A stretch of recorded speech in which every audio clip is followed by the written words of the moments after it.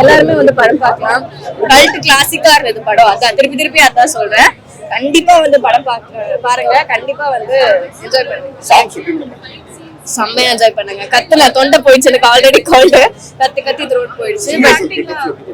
Sorry, பயங்கரமா இருந்தது, பயங்கர மாசா இருந்தது. So happy so actually sorry ரெண்டுமே நல்லா இருந்தது, ரொம்ப பயங்கரமா இருந்தது.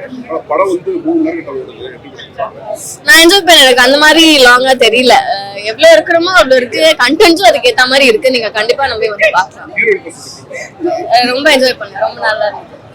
எவ்வளவு இருக்கணுமோ, படத்துக்கு என்ன கண்டென்ட் வேணுமோ அது கரெக்டா இருக்கு. ஆக்சுவலி எல்லாருமே ரொம்ப நல்லா பெர்ஃபார்ம் பண்ணிருக்காங்க. செகண்ட் ஹாஃப்ல வந்து நிறைய எமோஷன்ஸ்லாம் அழ வைக்கிற மாதிரி இருந்தது.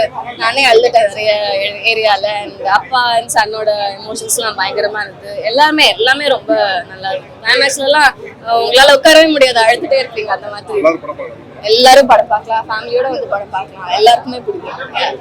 தேங்க்யூ. கண்டிப்பா ஹிட் ஆகும். ஆனா பெரிய சூர்யா ஃபேன். ஸோ இந்த படத்துல நான் பாட்டு பாடினதே பெரிய விஷயம். ஸோ எல்லாம் சந்தோஷ் சாருக்கு தான் நான் தேங்க்ஸ் சொல்லுவேன். ரெட்ரோ எந்த மாதிரியான ஒரு படம்? சூர்யா சாருக்கா இருக்கட்டும், உங்களுக்கா இருக்கட்டும், டைரக்டருக்கா? ஐ திங்க் வந்து இப்போ வர்ற படங்களோட கம்பேர் பண்ணி பார்க்குறப்போ இது கொஞ்சம் ரொம்ப டிஃப்ரெண்டானது.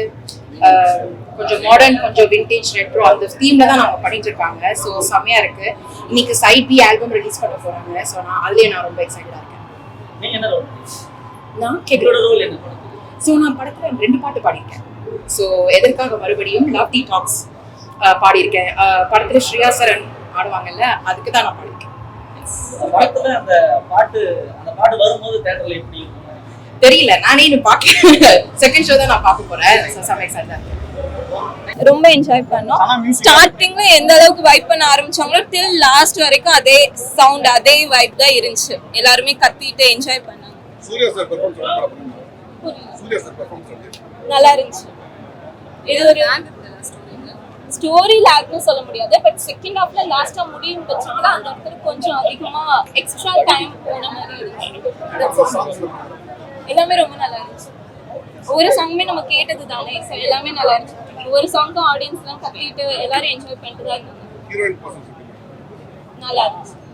ஹீரோயின் போர்ஷன்ஸ்னால தான் கனெக்ட் ஆகல. நல்லா இருந்துச்சு. படம் ஃபுல்லா ஃபைட் சீக்வென்ஸா போகுது. ஹீரோயின் சீக்வென்ஸ் வந்து எனக்கு இதுவும் அப்படி தோணல.